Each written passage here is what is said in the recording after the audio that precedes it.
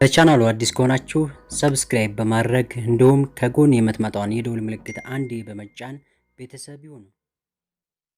ሰላም ጤና ይስጥልኝ የተከበራችሁ ክቡራን የዩቲዩብ ቻናል ቤተሰቦች፣ የሰዓቱን አጫጭር መረጃዎች አስደምጣችኋለሁ። እስከ ፍጻሜው አብራችሁን ቆዩ። ክቡራን አድማጮች፣ በርካታ መረጃዎችን የማጋራችሁ ሲሆን በቅድሚያ ግን ዓለማችን እንዴት አደረች የሚል መረጃን ወደ እናንተ አደርሳለሁ። በ24 ሰዓት ውስጥ ዓለማችን ምን አዲስ ክስተት አስተናግዳለች የሚለውን መረጃ በተለይ ደግሞ በአረብ ሀገራት ከቫይረሱ ስርጭት ጋር ተያይዞ ምን አዲስ ነገር አለ የሚለውን ነው ወደ እናንተ የማደርሰው። ሳውዲ አረቢያ እስካሁን ድረስ 15102 የሚደርሱ ዜጎቿ በቫይረሱ ተጠቅተዋል። 127 ሞትን አስመዝግባለች። 2049 የሚሆኑ ሰዎች ደግሞ ከበሽታው ሙሉ ለሙሉ ማገገም ችሏል። በሳውዲ አረቢያ በሰሞኑ ያለው የቫይረሱ ስርጭት እጅግ አስጊ የሚባል ደረጃ ላይ ደርሷል። በአንድ ቀን ውስጥ በ24 ሰዓት ውስጥ ከ1000 በላይ አዳዲስ ሰዎች በቫይረሱ እየተጠቁ ይገኛሉ። ይህ ደግሞ በጣም እጅጉን አስጊ ሆኗል። ከአረብ ሀገር እንግዲህ በተለይ ሳውዲ አረቢያ የቫይረሱ ስርጭት አሁን ላይ አሳሳቢ ሁኔታ ላይ ይገኛል። በዛ የምትገኙ ኢትዮጵያውያን እህት ወንድሞቼ ጥንቃቄ አድርጉ። ከስከዛሬው በበለጠ አሁን ላይ ነው ጥንቃቄ ልታደርጉ የሚገባው። በተለይ ረመዳን መግባቱን ተከትሎ ሳውዲ አረቢያ የተወሰነ የአዋጅ ማሻሻያ አድርጋለች። እንቅስቃሴ ስታደርጉ የሆነ ነገር ለመግዛት ስትወጡ ርቀታችሁን በመጠበቅ ከሰዎች ጋር ያላችሁን ንክኪ በማስወገድ ራሳችሁን ጠብቁ። ይህንን አስከፊ ጊዜ በመጠንቀቅ እንለፈው የሚል መልእክት አስተላልፋለሁ። ከዛ በማስከተል ወደ ዩናይትድ አረብ ኤሚሬት ስናልፍ በዩናይትድ አረብ ኤሚሬት እስካሁን ድረስ 9281 ሰዎች በቫይረሱ ተጠቅተዋል። 64 ሞት ተመዝግቧል። 1760 ሰዎች ደግሞ ከቫይረሱ ማገገም ችለዋል።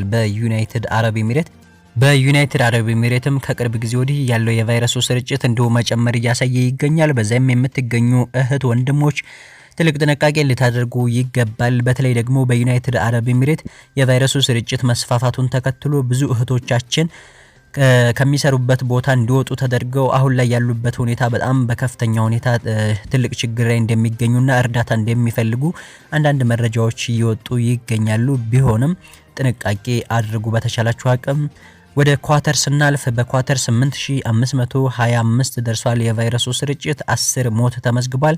809 ሰዎች ከቫይረሱ ማገገም ችለዋል በኳተር ማለት ነው። ከዚህ በማስከተል ወደ ኩዌት ስናልፍ 2614 ሰዎች በቫይረሱ ተይዟል። በኩዌት 15 ሞት ተመዝግቧል። 613 ሰዎች ከቫይረሱ ሙሉ ለሙሉ ማገገም ችለዋል። በባህሬን 2518 ሰዎች በቫይረሱ ተጠቅተዋል። 8 ሞት ተመዝግቧል።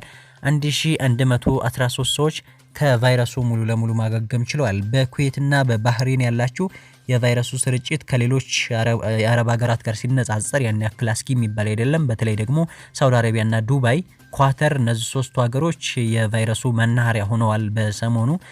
ነገር ግን በኩዌትና በባህሬን የበሽታው ስርጭት አስጊ የሚባል ደረጃ ላይ አልደረሰም። ቢሆንም የተቻላችሁን ያክል ጥንቃቄ አድርጉ። በዛ አካባቢ ያላችሁ ያን ያክል ለከፍተኛ ጭንቀትና ሀሳብ ውስጥ የሚከት ነገር የለም።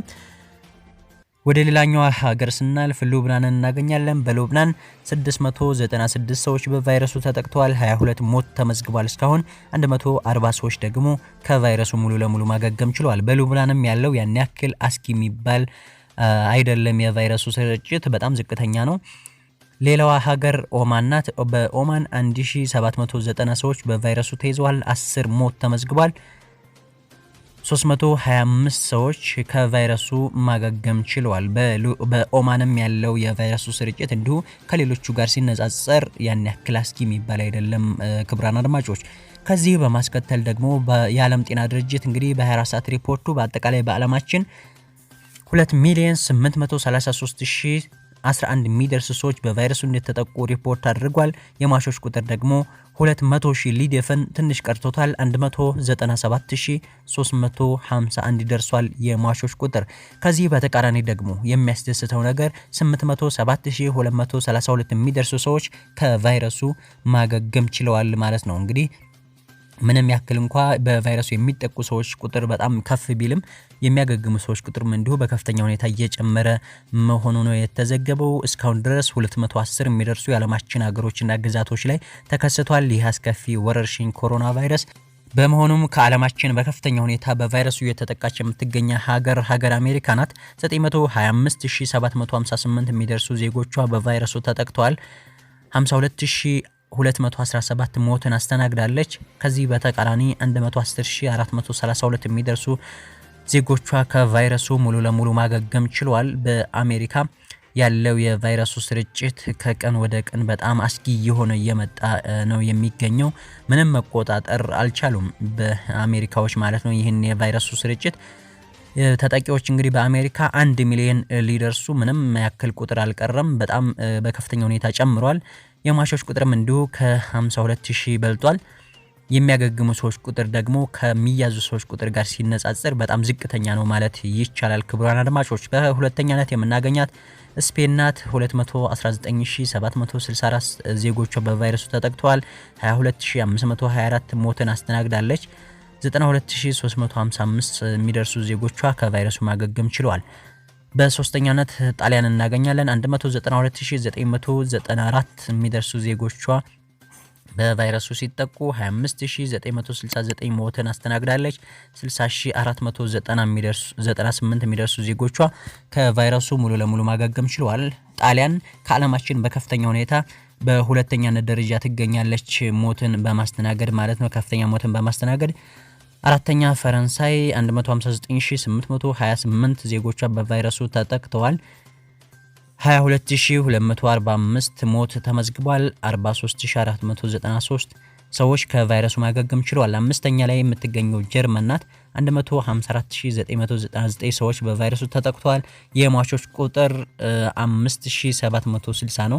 ጀርመን በጣም የሚገርመው ነገር ከፍተኛ የቫይረሱ ተጠቂ ቁጥር አላት። ነገር ግን የሟቾች ቁጥር በጣም ዝቅተኛ በሚባል ደረጃ ነው የተመዘገበው ማለት ነው። ከ154000 ሰው ማለት ነው 5000 ሞት ነው የተመዘገበው። ይህ ደግሞ በጣም ዝቅተኛ የሚባል ነው የሟቾች ቁጥር በጀርመን። በዛው በጀርመን 109800 ሰዎች ከቫይረሱ ማገገም ችሏል። በስድስተኛ ላይ ዩናይትድ ኪንግደም 143464 ዜጎቿ በቫይረሱ ተጠቅተዋል። 19506 ሞት ተመዝግቧል በዩናይትድ ኪንግደም። በስድስተኛ ላይ በሰሞኑ እንግዲህ ከ100,000 በላይ የበሽታውን ተጠቂ ያስመዘገበች ሀገር ደግሞ ቱርክ ናት። 104912 ዜጎቿ በቫይረሱ ተጠቅተዋል የቱርክ ማለት ነው። በቱርክም እንግዲህ የሟቾች ቁጥር በጣም ዝቅተኛ የሚባል ነው። 104000 ዜጎቿ ተጠቅተው ነገር ግን 2600 ሞት ብቻ ነው የተመዘገበው። 21737 ሰዎች ደግሞ ከቫይረሱ ማገገም ችለዋል በቱርክ ማለት ነው። ክቡራን አድማጮች እንግዲህ ከ1 እስከ 7 ከ100,000 በላይ የቫይረሱ ተጠቂ ያላቸውን ሀገሮችን ነው ከላይ ያቀረብኩላችሁ የዓለም ጤና ድርጅት ሪፖርት እንዳወጣው ማለት ነው። ሀገረ ቻይና በሰሞኑ ለተከታታይ 7 ቀናት ያክል ምንም ሞት አላስመዘገብኩም ብላ ሴሌብሬት አድርጋለች። በቻይና እንግዲህ በሽታውን ሙሉ በሙሉ በሚባል ደረጃ መቆጣጠር ችለዋል። እስካሁን 82816 ሰዎች በቫይረሱ ተጠቅተዋል። 4632 ሰዎች ደግሞ በቫይረሱ ምክንያት ህይወታቸውን አጥተዋል። ለተከታታይ 7 ቀናት ያክል ምንም ሞት ሳይመዘገብ መቆየቱን ነው ቻይና ያሳወቀችው። ይህ ደግሞ በሽታውን ሙሉ ለሙሉ ተቆጣጥረዋል ማለት ይቻላል። ከቻይና እንግዲህ ከ8277346 ሰዎች ሙሉ ለሙሉ ማገገም እንደቻሉ ሪፖርት አድርጋለች። ይህ ማለት የቫይረሱ ተጠቂዎች ከ6000 ኦር ከ7000 አይበልጡም አሁን ላይ በለይቶ ማቆያ የሚገኙ በቻይና ማለት ነው። ስለዚህ ይህ ደግሞ የበሽታው መነሻ እንደመሆኗ አሁን ላይ በሽታውን ሙሉ ለሙሉ መቆጣጠር ችላለች። ነገር ግን ከዚህ በተቃራኒ ደግሞ ሀያሏና ሀገር አሜሪካ በከፍተኛ ሁኔታ በበሽታው እየተጠቃች ትገኛለች። መቆጣጠር አልተቻለም። ክቡራን አድማጮች በ24 ሰዓት ውስጥ እንግዲህ ዓለማችን እንዴት አደረች የሚለው መረጃ ያስደሰስኳችሁን ይመስል ነበር። ስለተከታተላችሁኝ ከልብ አመሰግናለሁ። ከሰዓታት በኋላ ደግሞ በሌላ አዲስና ትኩስ መረጃ እስከምንገናኝ መልካም ቆይታ